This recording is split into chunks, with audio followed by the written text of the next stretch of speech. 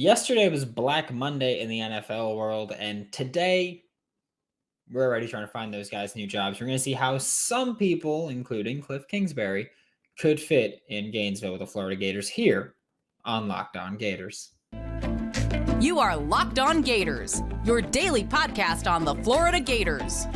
Part of the Locked On Podcast Network, your team every day.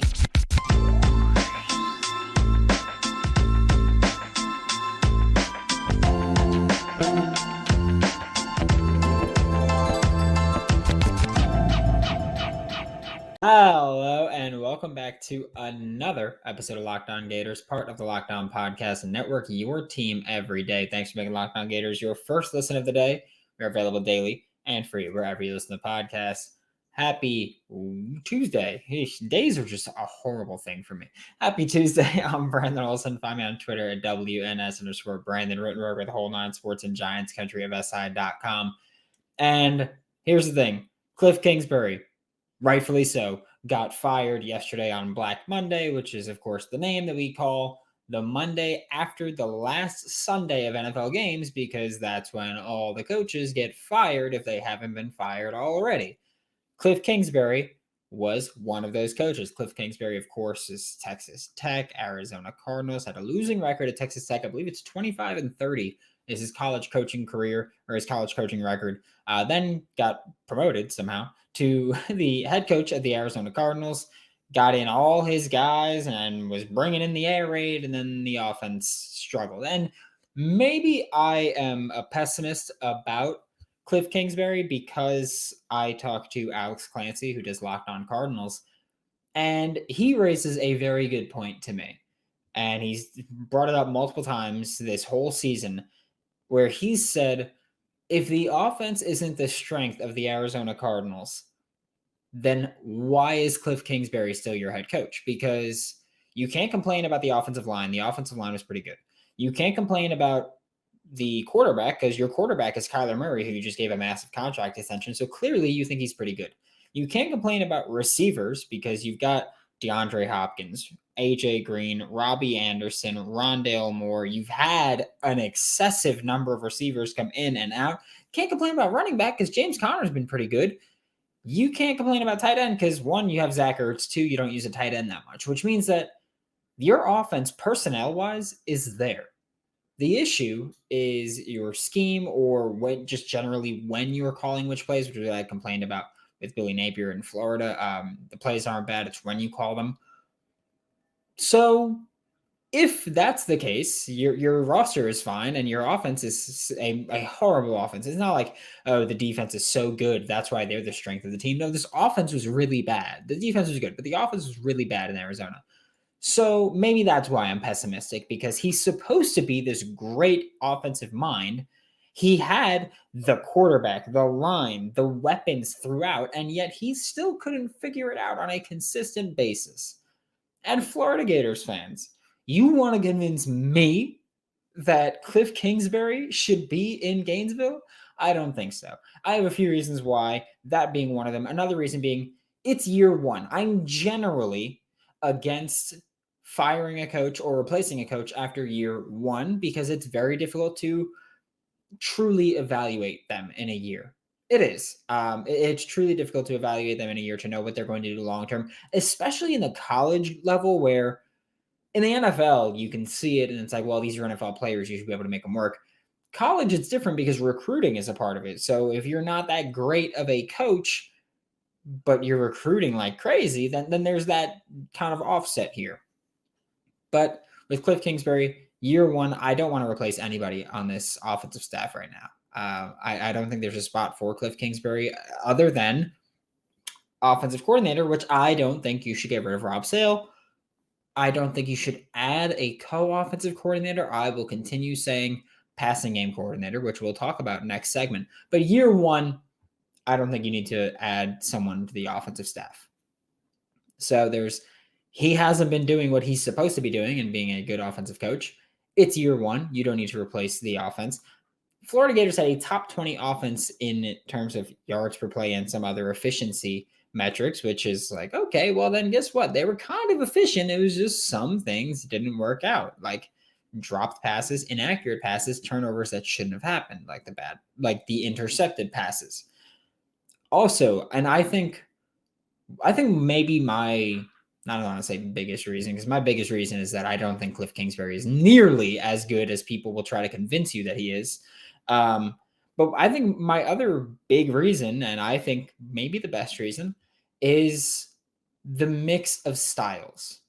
I understand that, you can look at, let's bring in these kind of different concepts and mash them together. You see it happen a lot where you'll see West Coast and spread kind of linked together, and you'll see option mixed with spread, and then you have the spread option and the RPO and all these fun things. You'll see that.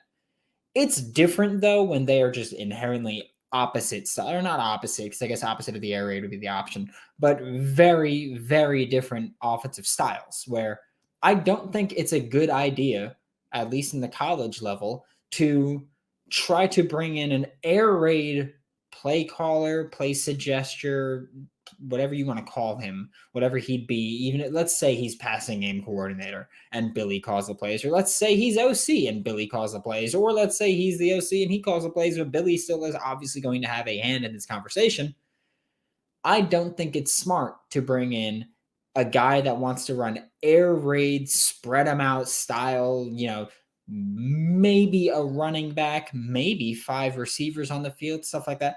I don't think it's smart to bring in that style of offensive mind when you clearly want to build this team as a let's run the ball, let's throw when we have to, or throw when it's advantageous, and then let's keep things condensed set like you see. Which, by the way, why are we talking about bringing in the guy who was one of the few teams in his division, actually the only team in his division that didn't go with these condensed sets and wide zone style, and was the worst team pretty consistently?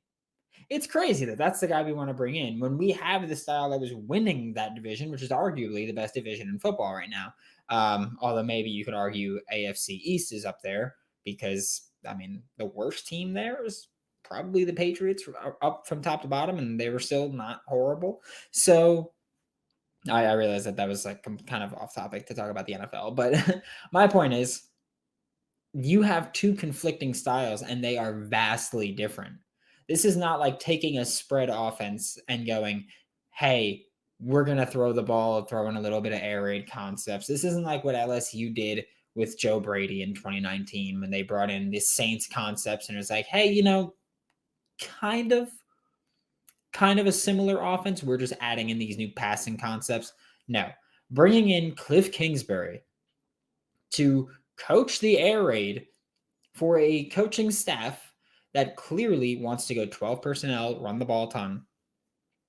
It just seems like one of those things that won't work out. I realize that optimistically, a lot of people will probably see that mixture and go, oh my God, imagine being a team that can do them both. Like, yeah, we can go 12 personnel and run it down your throat for a few plays. And then we can go no huddle, 5 wide, and just chuck the ball everywhere. And that'd be insane. The odds of getting a roster together that can do that, slim to none. This isn't Madden. Like, you need guys who can do the things that you need them to do. And I think that trying to build a team like that is asking your team to do too much, especially when you're now starting year 2 of your coaching regime. I think that, if this was a Florida team that was established with what they wanted to do, and they were just like recruiting like crazy, and it was working, maybe. Like, if this is year 4, Billy, and you've got the 12 personnel established, you've got your style established, and then you bring in someone like Kliff Kingsbury, and you go, hey man, we want to add the air raid. We want to add some air raid concepts to our game. We've been recruiting, 4 receivers every year, 5 receivers every year. They're pretty good receivers. We want to get them on the field more. That's fine. But you don't have the personnel to do this. So you're going to bring in Kliff Kingsbury, and you're not going to have the personnel to run when he wants to run. So you're going to be worse when you try to do what he wants to do. And then it's going to look like an even worse hire. And then you're going to add more pressure onto this coaching staff with what they should do. I don't think it's a good ad. It's as simple as that. I'm really, genuinely, truly hoping it doesn't happen. Kliff Kingsbury, you can do your thing wherever you want.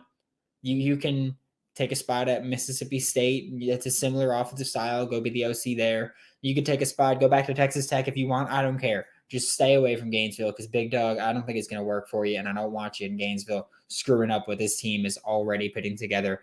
And I will also say, I feel like a guy that's an NFL head coach is going to come, if he comes back to college, is going to have a bit of an ego and be like, I could do whatever I want, dude. Like, don't worry about that. And I don't want that in Gainesville. And I think most Gators fans don't want that. But we're going to talk about who could come in as a passing game coordinator, including two guys from that Cardinals coaching staff that should also be looking for jobs now. So there's that. But first, today's episode of Locked On Gators is brought to you by Built Bar, and it is the new year, which means New Year's resolution time. If your New Year's resolution is about getting fit, eating healthier, doing whatever it is that you're trying to do, make sure to include Built Bar in your plan. I'm just telling you, like, I know one of the biggest things for people who set New Year's resolution, which is not me, that one of the biggest things they struggle with is keeping that New Year's resolution, especially if it's dietary because they like to eat snacks, which is me. But Built Bar, coated in 100% chocolate, pretty sweet. Most bars have 130 calories. That's great for any calculator, any food calculator, calorie counting you're going to do. That's great. 4 net carbs, which is all I care about, genuinely, along with 17 grams of protein. You could eat a delicious chocolate-covered protein bar that is healthy and not feel bad about it. There's no negative to it. If you want something a little bit more sweet, get a Built Puff. It's a protein marshmallow. No other way to describe it. It's a chocolate-covered protein marshmallow. No other way to describe it. Built Bar is always coming out with new limited time flavors too, so that you'll never get bored. You won't regret it. Go to Built or BuiltBar.com. Thanks again for making Locked On Gators your first listen of the day. We're available daily and free wherever you listen to the podcast. We've got 3 guys we're going to talk about in this segment that I think could be passing game coordinators for the Florida Gators. 3 guys in the next segment that could be other assistants for the Florida Gators. With passing game coordinator, here's the thing. While I was looking at this, I pretty much instantly was like, hey, if you are an OC, probably going to scratch you off that board because you're probably not going to be an OC at the NFL level and then come down to be a passing game coordinator at the college level. I tried to look for guys where it would be a lateral move just to college or a bit of an upgrade. So first up is Spencer Whipple. You might notice that last name, Mark Whipple's son.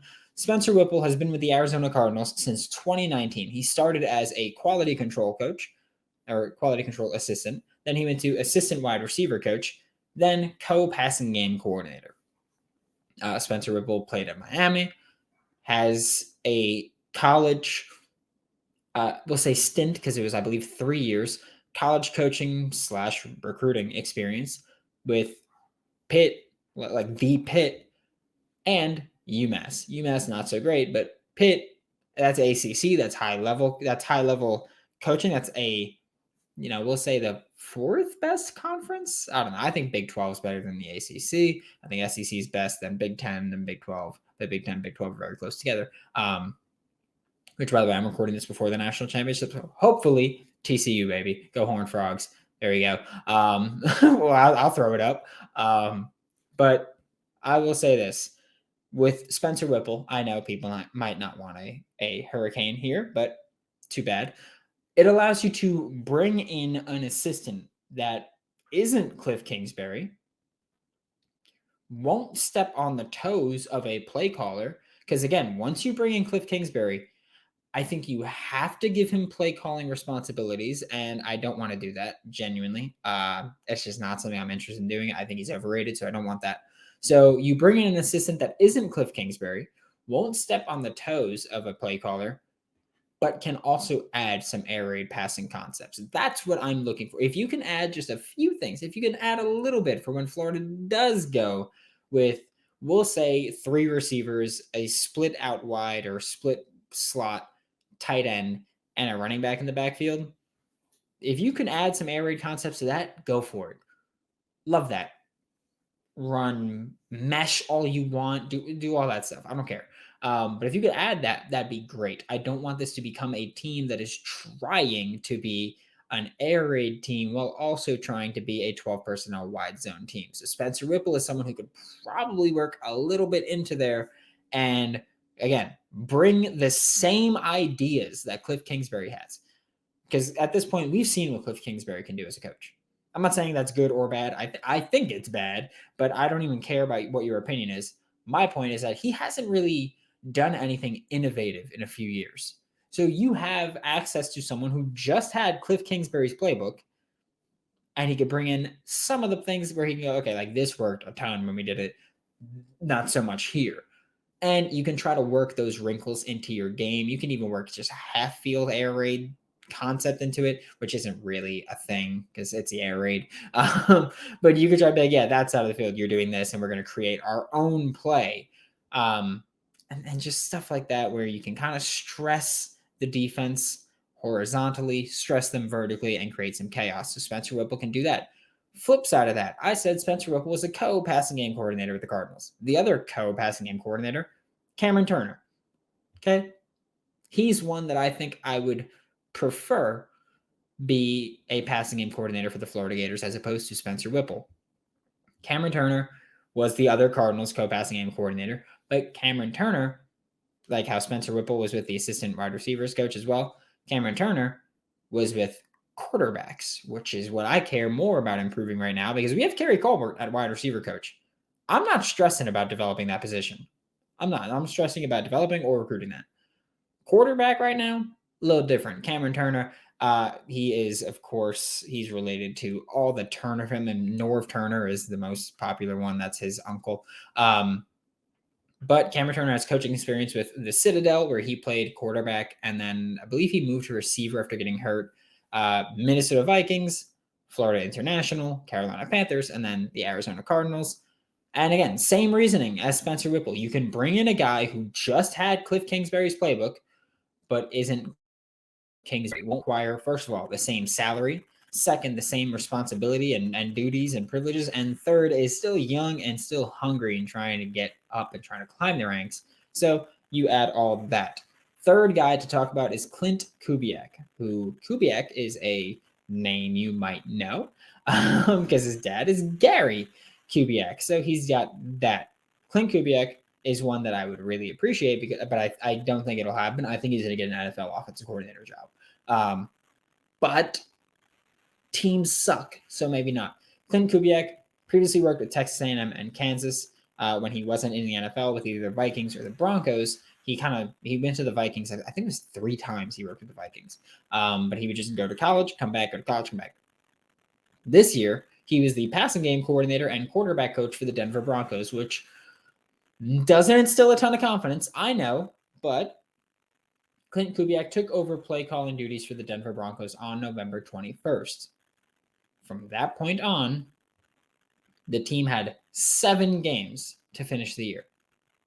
In 4 of those 7, the Denver Broncos had their highest scoring performances. Not that it was like, oh, well, they broke a new record every time, but in those 7 games, they had 4 of their highest scoring performances, the 4 highest scoring performances in those final 7 games. The big change was Clint Kubiak took over offensive play calling duties from Nathaniel Hackett, who then got fired. But Clint Kubiak took over the offense, and this team was a team that hadn't scored 24 in a game. And then Clint Kubiak came, they scored 24, 24, 28, and 31, if I'm not mistaken, is the highest 4. So Clint Kubiak did that. Get him to Gainesville if you can. Give him play calling duty if you want to do that. If not, make him passing game coordinator. I am curious to see if his last stretch, that half season, is enough of a portfolio, we'll say, to convince an NFL team to give him either an offensive coordinator job, co-OC job, or whatever it might be. But Clint Kubiak, experience with quarterbacks, experience as a play caller now, and clearly at least okay as a passing game coordinator, right? So I'm cool with Clint Kubiak. We're about to talk about 3 assistants that I want to come to Gainesville, or that I think could come to Gainesville, or should be looked at to come to Gainesville. But first, a quick word from our sponsors. To wrap up today's show, we're talking about 3 guys who I think could come to Gainesville. I don't mean that Florida's talking to them. I just mean that they're guys who are now free and available. And if Florida wants to kick the tires on them, I think you should. First up, Daenerys McGee. Quarterback-centric assistant is what I want his role to be. I don't have a specific, I'm not going to say passing game coordinator. I'm not going to say quarterback coach. I'm not going to say whatever it is. Quarterback-centric assistant is what I want. Daenerys McGee was an assistant with the Houston Texans, who obviously just fired Lovie Smith, which was, I still think, a bad decision. But they fired Lovie Smith. So that likely means Daenerys McGee will be looking for a new job, as will most of those assistants. So Daenerys McGee was an assistant with the Texans. Previously, he had been an assistant with FAU, so Florida Atlantic, another guy who has experience at least coaching in Florida college, so he probably recruited a bit in Florida for college. NC State, another ACC program, a higher ACC program right now. NC State is near the tippy top. And Montana State, where he played quarterback. He was a quarterback coach and running back coach with Montana State before heading to the Houston Texans. He was there with two regimes. He was there with, I forget the name, David Culley, who was a wide receivers coach of the Ravens and then became the head coach of the Texans. So David Culley and Lovie Smith. I will also say Daenerys McGee, like I said, was a college quarterback. If you can get a college quarterback on your staff as a quarterback assistant, I don't think he should necessarily be passing game coordinator, but getting a quarterback-centric assistant there is important. I know you have Ryan O'Hara, who I love as the offensive analyst with quarterbacks. I want a quarterback coach to take over.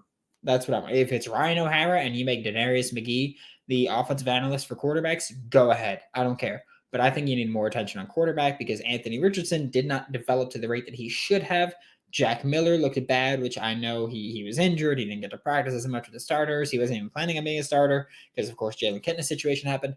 There's a lot going on in quarterback. You need more attention, especially if you're Billy Napier and you're the QB guy, you're the offensive coordinator, you're recruiting, you're the head coach. You have to deal with all the disciplinary things, which Florida had a lot of them. You have to do everything. It's not a bad thing to delegate, Billy. You are allowed to have the biggest coaching staff and the biggest assistant pool ever. Not actually, but it's up there. Use it and bring in guys that will make your job easier and make your life easier. Flipping to the defensive side of the ball, we're done with the offense there. The first name we're talking about here is Bill Davis. And I would like it if he was, here's the thing, because I want to be clear here. Bill Davis and the next guy, inside linebacker coach is the job I'm putting them up for. I know that's Jay Bateman's job. I've said it earlier in the show, and I think I've held it pretty true throughout. I'm not a big fan of calling for someone's job, especially year one. That's not what I like to do. I would replace Jay Bateman if Bill Davis or the next guy were interested in being the inside linebacker coach with the University of Florida. Bill Davis has been at Arizona since 2019. He's been with the Cardinals since 2019. Before that, he was the linebacker coach for Ohio State for a few years, which instantly means you've got experience with big boy football. That's Big Ten. So you got experience with big boy linebacker football. Bill Davis worked with, whether it was recruiting or coaching, developing, training, whatever you want to use, with Chris Worley, who is in the NFL, Jerome Baker, who is in the NFL, Malik Harrison, who is in the NFL, all guys that he developed and went to the NFL. And he also helped recruit Baron Browning, who is in the NFL and was playing damn good before he got hurt this year. Pete Werner, who in the NFL with the Saints, pretty good football player there. Taraja Mitchell, who obviously Florida fans, he's of course the Ohio State linebacker that just transferred to Florida. Dallas Gant, who was with Ohio State and is now with Toledo. So shout out Rockets up here. There we go. Shout out Rockets. Kevon Pope and Javonte Jean-Baptiste, who were two other linebackers that gone to Ohio State. Not doing amazing here, not horrible, but not doing amazing so far. But Bill Davis has gotten at least 5 guys to the NFL. He's contributed to 5 guys getting into the NFL. And he's also the guy that has Taraja Mitchell, or recruited Taraja Mitchell, and Taraja Mitchell is now a Florida Gator. So just link that back up. Why not? Next up, Peter Hansen is the other guy that I would like to put up for the linebacker job. Again, I'm not a big fan of getting rid of a coach after year one. I do think Jay Bateman deserves another chance. I just think Bill Davis and Peter Hansen are two names that you should look at. And if they want to be inside linebacker coaches of the Florida Gators, you do it. So Peter Hansen is the other guy. Hansen was the linebacker coach for Stanford from 2014 to 2019, which, if you remember, they were pretty freaking good on defense for most of those years. They were a pretty good defensive team. Their linebackers were some of the best in the Pac-12, if not the best. They're probably somewhere behind UCLA, maybe Oregon in that time, but a pretty good linebacker group at that point. Developed guys like, he helped recruit and develop one of my favorite linebackers on the planet right now, Indianapolis Colts linebacker Bobby Okereke, Phoenix Riser. You'll like that one. But Bobby Okereke and Caleb Kelly, who would have been in the NFL if he didn't have to medically retire after a third knee surgery in his college career. So that sucked, but Bill Davis, Peter Hansen, look at them for linebacker coaches. Daenerys McGee, look at him for a quarterback-centric assistant position. If you're looking for a passing game coordinator, Clint Kubiak, Cameron Turner, Spencer Whipple, look at those. They're all, by the way, I just realized, sons of coaches. I realized that I mentioned Kubiak and Turner. And then I forgot when I was circling back that Whipple is also, like I mentioned earlier, Mark Whipple's son, but I forgot to group him with the legacy kids, whatever. Anyway, thanks for making Locked On Gators your first listen of the day. We're available daily and free wherever you listen to the podcast. We'll be back tomorrow to talk Florida Gators football. So we're going to keep you going. We're going to try to finish out this offseason strong. For your second listen, check out Locked On SEC, hosted by Chris Gordy of Sports 790. Get the best coverage on the best conference, including the best university, University of Florida. For Locked On Gators, I'm Brandon Olson. Don't forget to follow me on Twitter at WNS_Brandon, written work at the Whole Line Sports and Giants Country of SI.com. And I'll see you all tomorrow.